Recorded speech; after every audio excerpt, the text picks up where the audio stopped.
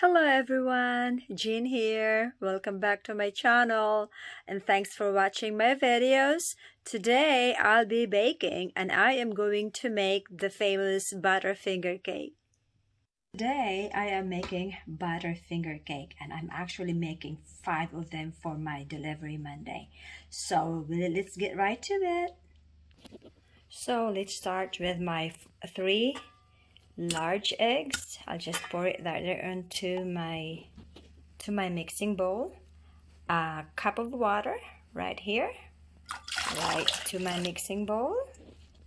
3/4 cup of vegetable oil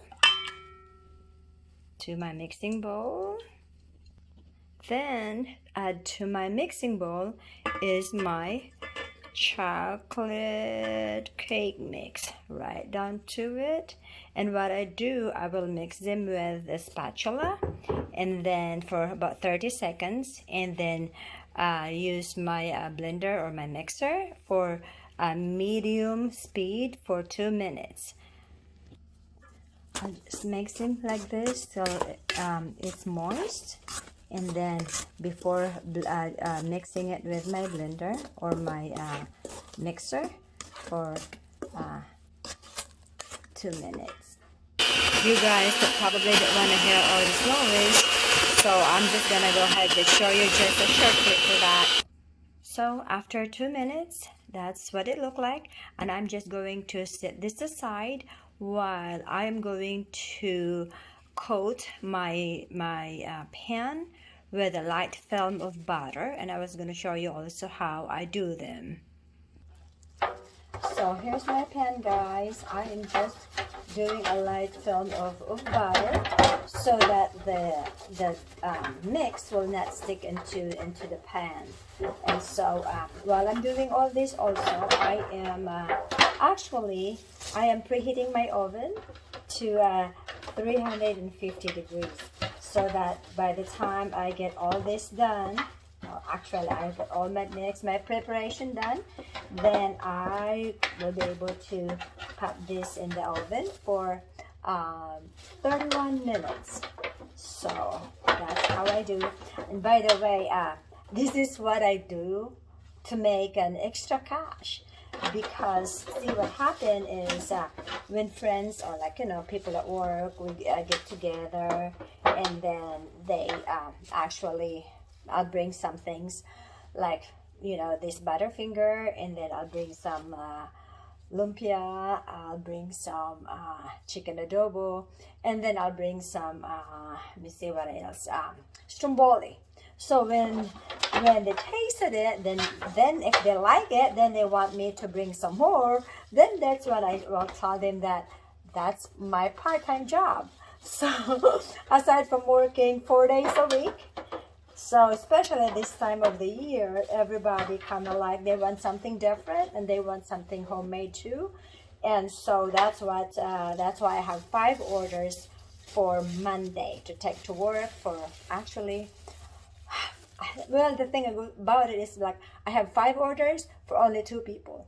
Hey, that sounds good to me. But anyhow, that's what it looks like. I have it buttered, highly coated with a light film of butter, and I'll pull butter and I'll pour my mix in my pan. Here it is, just pouring my butter mix. Okay, mix in the pan already. Oh, like last year, guys, I have 10 pounds order of chicken adobo. Like I said, I don't know how to cook back home, but when you came to America, you can find ways how to make extra money. And I learned how to cook, and I learned sometimes how to follow recipe. So it's just like one of the things that you have to do, what you got to do when you're in America, just to kind of earn a little extra for spending money actually sometimes. And you know how we all do. We help friends, we help people, we help family. So that's what it looks like right now. I am gonna let it sit for at least 2 minutes before I put it up in the oven. So kind of like make it settle for a little bit so that there's not a whole lot of excuse me.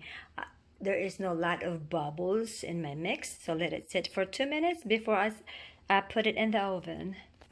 So after I put it in the oven for 31 minutes, this is what it looked like. Let it set for, or let it cool off for an hour, hour and a half.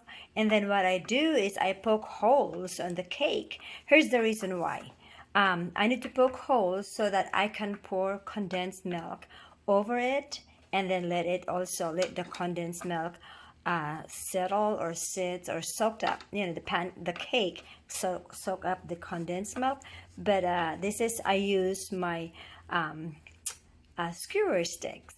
I do not use, some people uses like forks to poke holes, but it's a little bit sharp, so that's why I just use the other end of the skewer stick. So I don't use the sharp end either, because it will poke holes to my pan. So I am just doing like this until they're all kind of like it opens up the cake, so to speak. So now that's what it looks like after I poke holes on my cake. And here's my maybe I should show like that.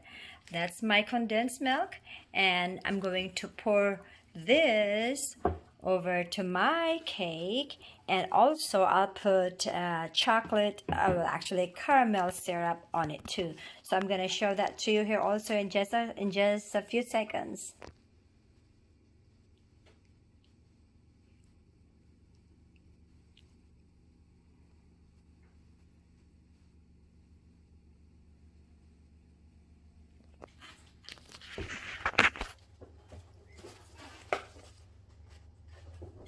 So here's my Butterfinger candy, and I'm just using my potato masher. I'm just gonna mash it just like so. And it's loud. And here is my mashed crunched Butterfinger. I'm gonna put it over my cake to kind of give it a texture before I put Cool Whip on top of it. But I'm gonna show you first what the cake looked like after it's soaked in the caramel syrup and the condensed milk. Now see guys, that's what it looks like right now. So what I'm going to do, just do it like this. So anyhow, I normally use like 12 of pieces of those candies, of those Butterfinger candies, and then just cover over the cake, just like so. It kind of gave it a little bit of crunchy taste to it. Not crunchy taste, crunchy texture. So that's just like that. It's kind of, that's why I like baking also, because it's kind of fun. You can do however you want to do it as long as it tastes good. Anything sweet for me. So guys, here's my cake. It's covered with Butterfinger already. Next step is to put my Cool Whip over there, and voila, that's gonna be my Butterfinger cake. And I would show you also what it looks like after I'm finished with putting my Cool Whip, and have a bite of it too. So after I covered my cake with crushed Butterfinger, I am going to put my final topping, which is whipped topping. So I'm going to show here in just a sec. So here's my final topping. It's my Cool Whip or whipped cream. I'm just going to put it over my cake, and of course I cannot show it to you with my both hands here. I will show it to you here in a few, alright?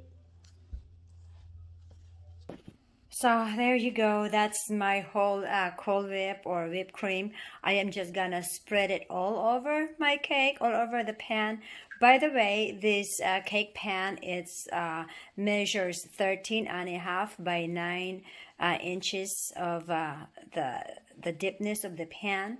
So I'm gonna cover my whole cake with the whipped topping or whipped cream, and then I'm gonna show to you the final what it looks like, and I'm gonna take a piece and maybe you can watch me eat. So there you go. That's my third Butterfinger cake for the night. That's what the finished product look like. And then what I'm gonna do, I'm just gonna sprinkle some of this crushed Butterfinger Butterfinger over it, and so make it look pretty. And voila, that's my that's how I make extra money in working it on my day off. And that's my Butterfinger cake. So pretty looking now, ready to deliver tomorrow. And like I said, this is my third Butterfinger cake for the night. So guys, if you think that this is the kind of content would like to watch, please subscribe my channel and like my video. And this is Jean again, and I really appreciate you watching. And hope to see you guys soon, and be safe. But wait guys, I promise you that we're gonna have a bite of this cake. This is what it looked like. Oops, it's a huge piece of cake here, but that's what it looks like after, you know, cutting a little part of it from the pan. And let me see, or let me taste it. Good. Let me see.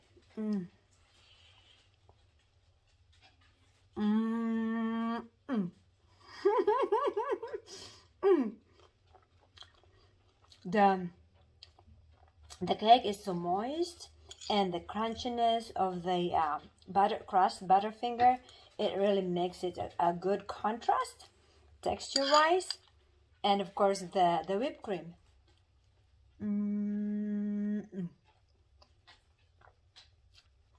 That's a big bite. Oh my goodness! I better save this one for later after dinner. So I'm gonna have a salad for the dinner so that I can finish my piece of cake, Butterfinger cake.